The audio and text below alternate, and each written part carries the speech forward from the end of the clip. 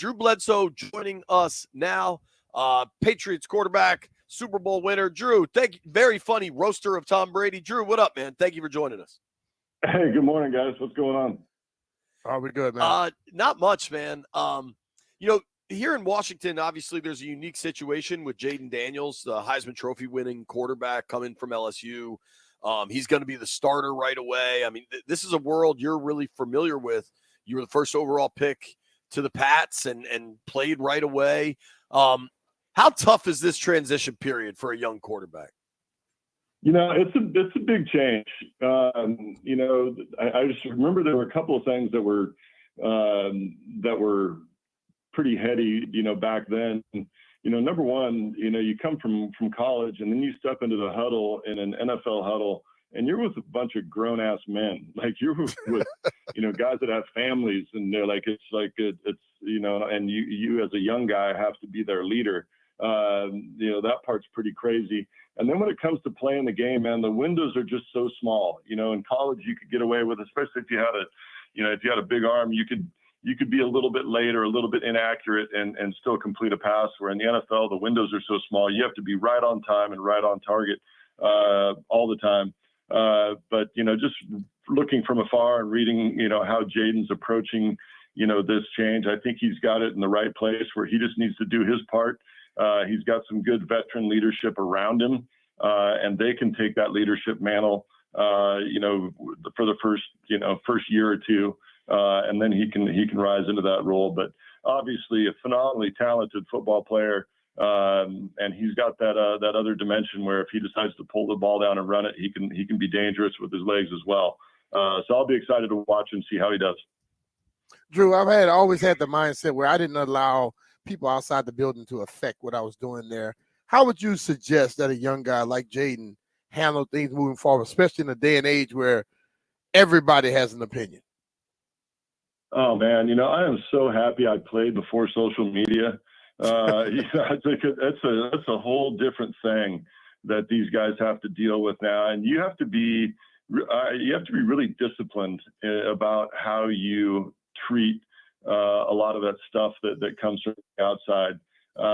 Because if you allow, just some random dude from, that throws out a tweet or something, at you, if you allow that to affect you, positively or negatively, man, you're just opening up a can of worms that's really tough to deal with. So, hopefully, and I'm assuming that they have somebody that's helping manage that kind of stuff for him, so that he can just focus on the game, especially as a young quarterback. I mean, it's really true no matter how long you've played, but especially as a young quarterback, you have to have laser-like focus on just doing your job, and being great at that. And then everything else follows after that. So I would assume they have somebody that's helping him with that stuff, because it's plenty. Just focusing on doing that job of playing NFL quarterback is plenty to focus on. And if you let the outside distractions become part of it, then you're in trouble. Talking with Drew Bledsoe here. You can give him a follow at Drew Bledsoe. Drew joins us on behalf of FanDuel. FanDuel customers who bet $5 will receive a 3-week free trial for NFL Sunday Ticket from YouTube and YouTube TV. That's pretty dope. Oh man, Drew, it's cool, right? It's like I stayed away from the sports gaming space for a long time, just largely because of the optics and the stigma that's attached to it. Sure. But I do really appreciate FanDuel being serious about making sure that sports gambling is something that's done for entertainment. It's not something that should be done with real money. So I really appreciate what they're doing there. And then the promotion's awesome. You bet $5 and you get 3 weeks of Sunday Ticket on YouTube and YouTube TV. And I was a big fan of the move that the NFL made to take Sunday Ticket to YouTube TV, simply because it works. It's like I don't mind paying for these streaming services, but I want it to work when I turn it on, and it seemed to be a really stable, really good platform. Dude, Drew, I gotta ask you, going into the Tom Brady roast, what was you killed it. I thought, when you have professional comedians, there's like this level of expectation, but when it's just pro ball players, like, that's not your profession. That's not how you made your living. Just going to an NFL locker room. Sure, that's true. But what was your mindset going into that, and how much did you enjoy it? Well, first of all, your comment's correct, man. An NFL locker room is one of the funniest places you could ever be in your life. And if you're not witty, you just get crushed. You got to be able to defend yourself. So when you see that roast, you're like, that's just what we do on a daily basis in an NFL locker room. I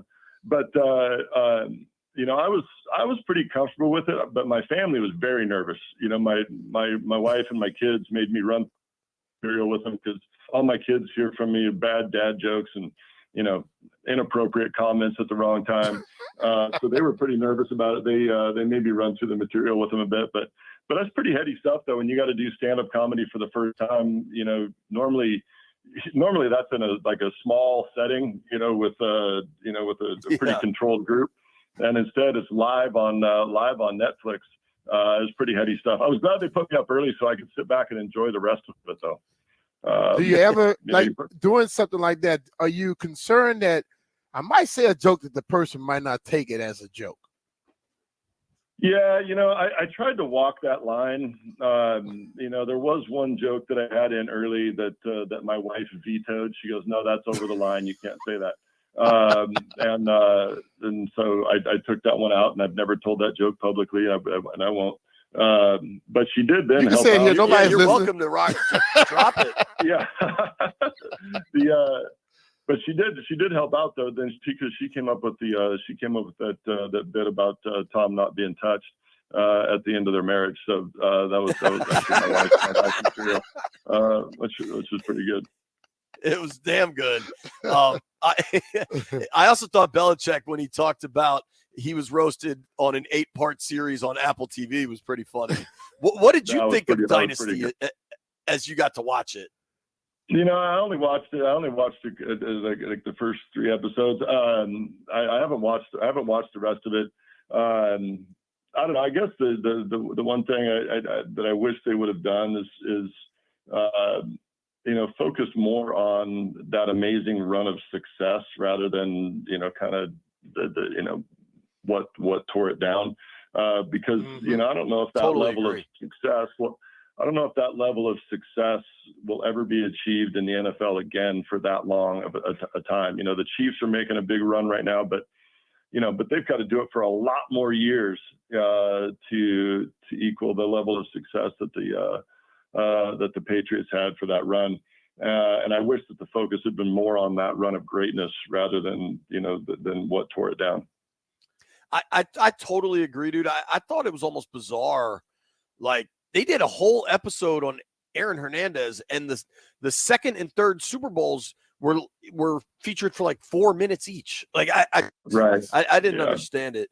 Yeah, Drew, I wanted to ask. I didn't like that part. I do wonder though, because there are a lot of Patriot haters out there, because there's going to be a lot of hate anytime you have that success. So maybe they were pandering to the people that that don't love the Patriots and wanted to see that dynasty come to an end rather than continuing to tell the story of the greatness that they had for so long. But man, you talk about a run of just amazing players. You just look at the defensive side of the ball, through the years with, Willie McGinnis and Richard Seymour and Rodney Harrison and Ty Law and Teddy Bruschi and Mike Vrabel and Lawyer Malloy. Like you go down that list just on the defensive side of the ball, without even talking about Tom and all the greatness that they had on the offensive side of the ball.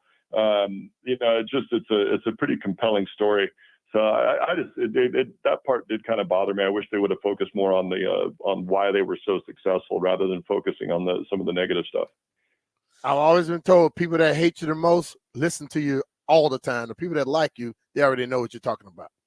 There you go. Exactly. So that's why they got more.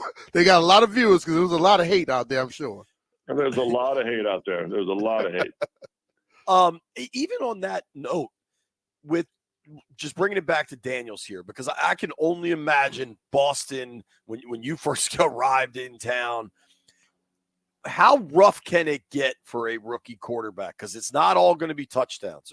There's going to be interceptions. Yeah, so I'll tell you one story. So my rookie year, we went out to play the Steelers, and I threw 5 picks, threw 5 interceptions. We still almost won the game. I'm a firm believer that if we had replay, back then, that we actually would have won the game. I think I scored at the end, but threw 5 picks, had a terrible game.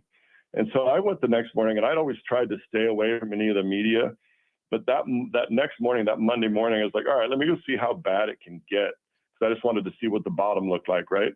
And so one of the first comments was in one of the papers was it was the worst performance by a quarterback in the history of the New England Patriots. I'm like, okay, well, good. I guess we can only go up from there, right? So you've got to have thick skin. You've got to be able to focus on the next play, the next game. You got to move forward, and you got to maintain your confidence. And you just have to go in knowing that there are going to be bumps in the road. It never is. It's never smooth for anybody, and it's certainly never smooth for a rookie quarterback coming in. So you just have to go in with your eyes wide open that, hey, there's going to be some bumps in this road. There are going to be some things that don't go well. And you're going to have to be able to rise above that and move on, focus on the next play, next game. It seems like, and I don't know Jayden at all. I've only can just read what's out there. He seems to have his head screwed on pretty squarely about what he needs to do and who he needs to be. He's got some good veteran leadership around him, so he doesn't have to be that guy right away. He can let that come naturally over the next couple of years. But I'm excited for him. I think he's a remarkable talent, and it's just going to be interesting to see how it goes.